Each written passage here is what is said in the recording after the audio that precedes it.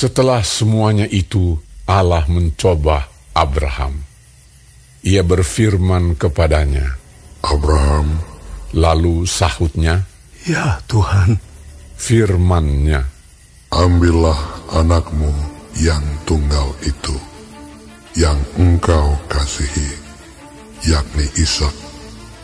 Pergilah ke tanah Moria, dan persembahkanlah dia di sana, sebagai korban bakaran pada salah satu gunung yang akan kukatakan kepadamu.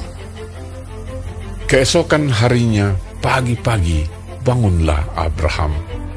Ia memasang pelana keledainya dan memanggil 2 orang bujangnya, beserta Ishak, anaknya. Ia membelah juga kayu untuk korban bakaran itu.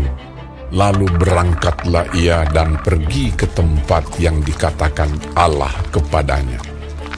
Ketika pada hari ketiga Abraham melayangkan pandangnya, kelihatanlah kepadanya tempat itu dari jauh.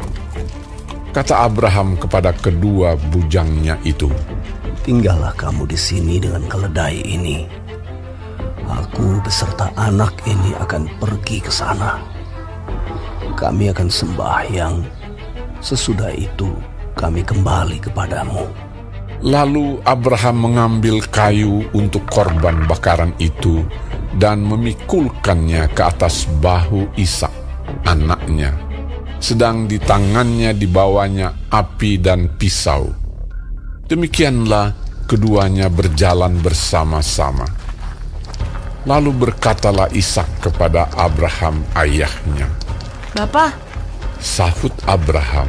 Ya anakku. Bertanyalah ia, di sini sudah ada api dan kayu. Tetapi, di manakah anak domba untuk korban bakaran itu? sahut Abraham.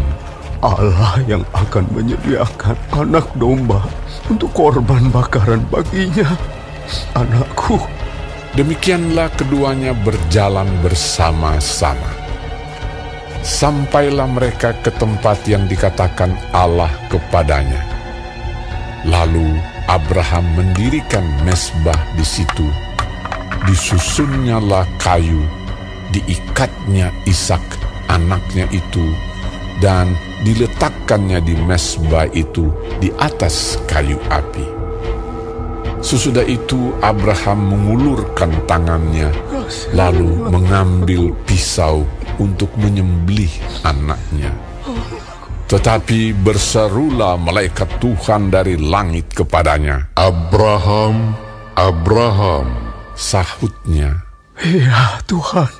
Lalu ia berfirman, Jangan bunuh anak itu, dan jangan kau apa-apakan dia. Sebab telah ku ketahui sekarang bahwa engkau takut akan Allah, dan engkau tidak segan-segan untuk menyerahkan anakmu yang tunggal kepadaku.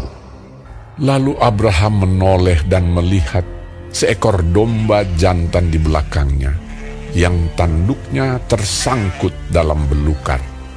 Abraham mengambil domba itu, lalu mengorbankannya sebagai korban bakaran pengganti anaknya. Dan Abraham menamai tempat itu Tuhan menyediakan. Sebab itu sampai sekarang dikatakan orang, di atas gunung Tuhan akan disediakan. Untuk kedua kalinya berserulah malaikat Tuhan dari langit kepada Abraham.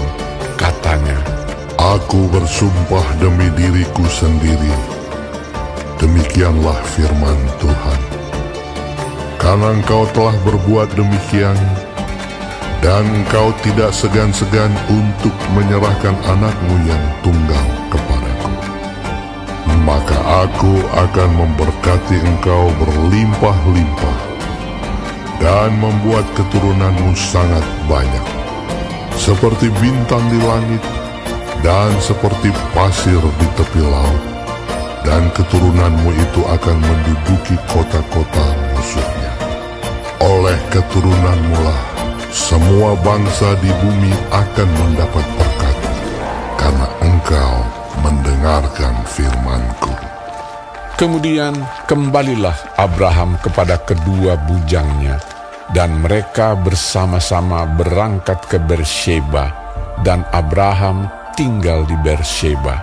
Sesudah itu Abraham mendapat kabar, juga Milka telah melahirkan anak-anak lelaki bagi Nahor, saudaramu, Us anak sulung, dan Bus adiknya, dan Kemuel ayah Aram, juga Keset, Haso, Pildas, Yitlaf, dan Bituel. Dan Betuel memperanakan Ribka. Kedelapan orang inilah dilahirkan Milka bagi Nahor, saudara Abraham itu. Dan gundik Nahor yang namanya Reuma melahirkan anak juga, yakni Tebah, Gaham, Tahash, dan Maakah.